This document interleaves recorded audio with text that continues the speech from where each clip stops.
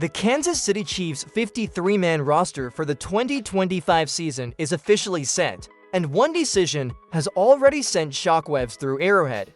For many fans and analysts alike, the biggest surprise was the omission of veteran safety Mike Edwards. Entering his 7th NFL season, Edwards has been a reliable and experienced presence in the Chiefs' secondary. He played a role in all 17 games in 2023, starting 5 of them, and was widely respected by both teammates and coaches. With his proven ball-hawking ability and strong football IQ, many assumed Edwards would be a lock to make the final roster. But in a move that caught even the most eagle-eyed Chiefs followers off guard, Edwards was cut, leaving the team with just 3 active safeties: 2020 for 4th-round pick Jaden Hicks, 2020 to 2nd-rounder Brian Cook, and 2023 4th-rounder Chamari Connor. Part of what makes this cut so surprising is the personal connections Edwards has within the organization. He has long been admired by defensive coordinator Steve Spagnuolo, who has praised his instincts and playmaking ability. Additionally, senior defensive assistant Matt House, who coached Edwards during his college years at Kentucky, has been a vocal supporter of his talent and football acumen. Knowing all that, many fans expected that Edwards' experience and relationships within the coaching staff would guarantee him a spot on the roster. Yet, the Chiefs chose to move forward with a younger, more versatile group of safeties, signaling a commitment to long-term development over veteran presence. This decision also reflects the changing philosophy in Kansas City's defensive backfield. Rather than relying on the tried-and-true methods of veteran players, the Chiefs appear confident in the potential of their younger talent to step up and fill larger roles. Hicks, Connor, and hybrid nickelback Chris Roland Wallace are all seen as rising stars who can contribute in multiple positions, giving the coaching staff more flexibility when designing defensive schemes. While it's possible that Edwards could still find a spot on the practice squad or even return later in the season, his initial cut underscores a bold strategy by Kansas City. The team is committed to developing younger safeties while keeping their secondary competitive and dynamic.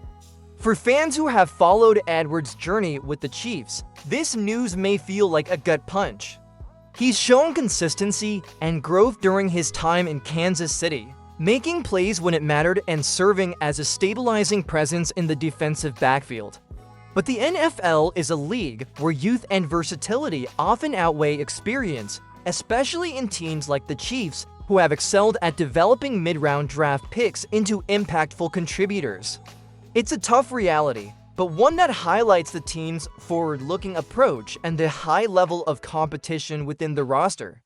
So, Chiefs fans, here's a question for you. Did you expect Mike Edwards to make the roster this year? Vote yes or no in the comments, and let's see how the fan base feels about this surprising move. And if you want to stay updated on all the roster moves and insider Chiefs news, make sure you subscribe and hit that notification bell so you never miss an update. The 2025 season is just getting started, and there's plenty more to talk about as we break down the team's strategy and roster decisions.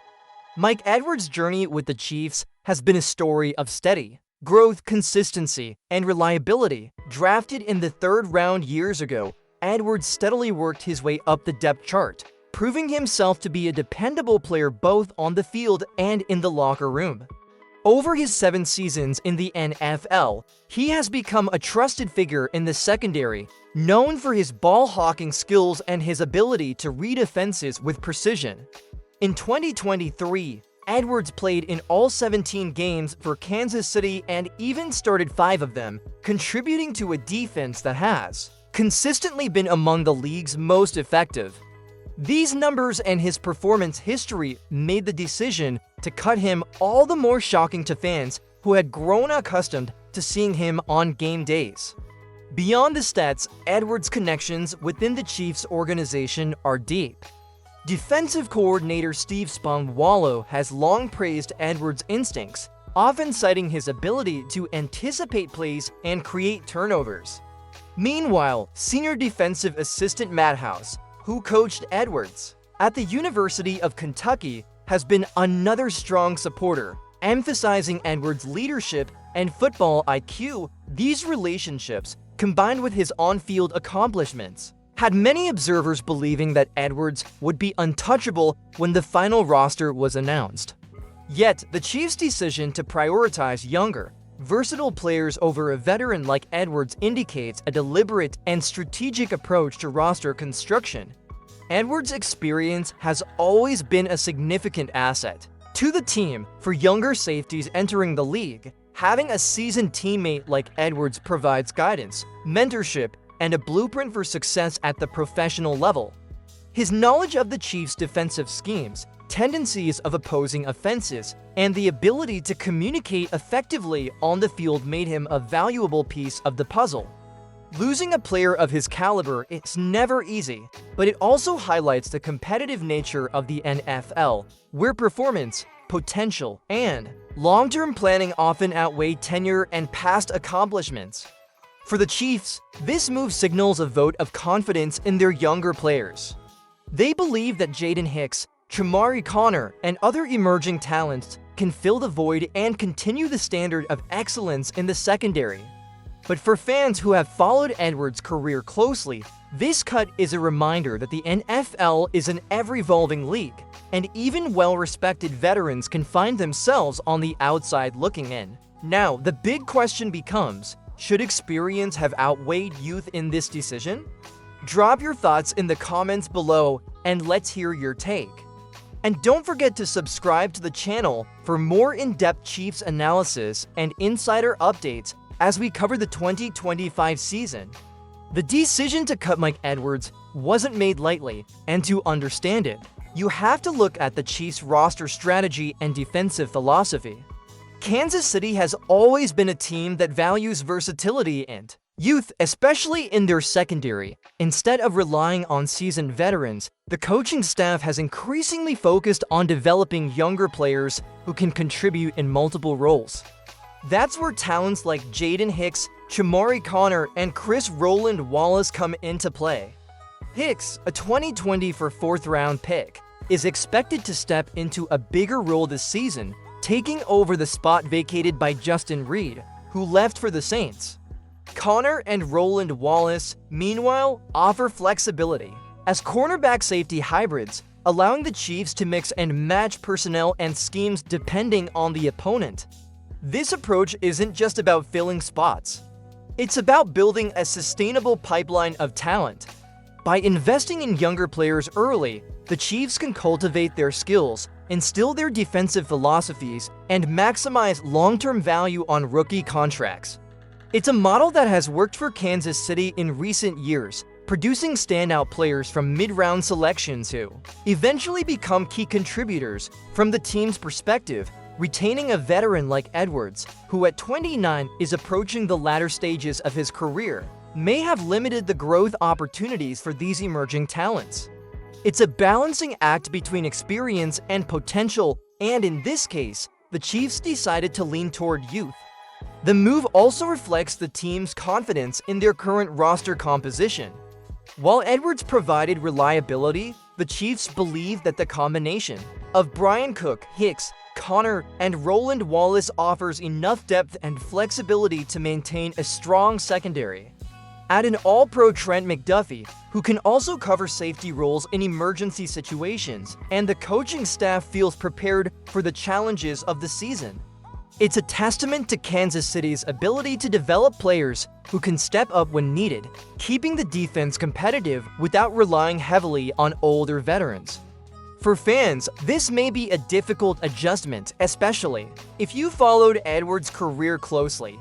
But it's also an exciting opportunity to see new faces emerge and make their mark in the NFL. So here's your question for you. Do you think the Chiefs made the right call prioritizing younger players over Edwards? Vote yes or no in the comments, and let's see what the fan base thinks. And if you're enjoying this breakdown, make sure to hit the like button and subscribe so you can stay updated on all Chiefs roster moves and insights throughout the 2025 season. With Mike Edwards no longer on the roster, the Chiefs' safety group for 2025 is lean but strategically structured. Brian Cook is the established starter, bringing experience and consistency to the position. He's expected to anchor the secondary, reading offenses and making plays when it matters most. Alongside him, Jaden Hicks steps into the role vacated by Justin Reed. Hicks has shown promise in training camp and preseason games, and this season will be his chance to prove he can handle a full-time starting responsibility. His performance will be key to maintaining the stability and effectiveness of the Chiefs' defense. Beyond the starters, Kansas City relies heavily on versatile players like Chamari Connor and Chris Roland Wallace. Both are hybrid cornerback safety talents, able to line up in multiple positions depending on the defensive scheme.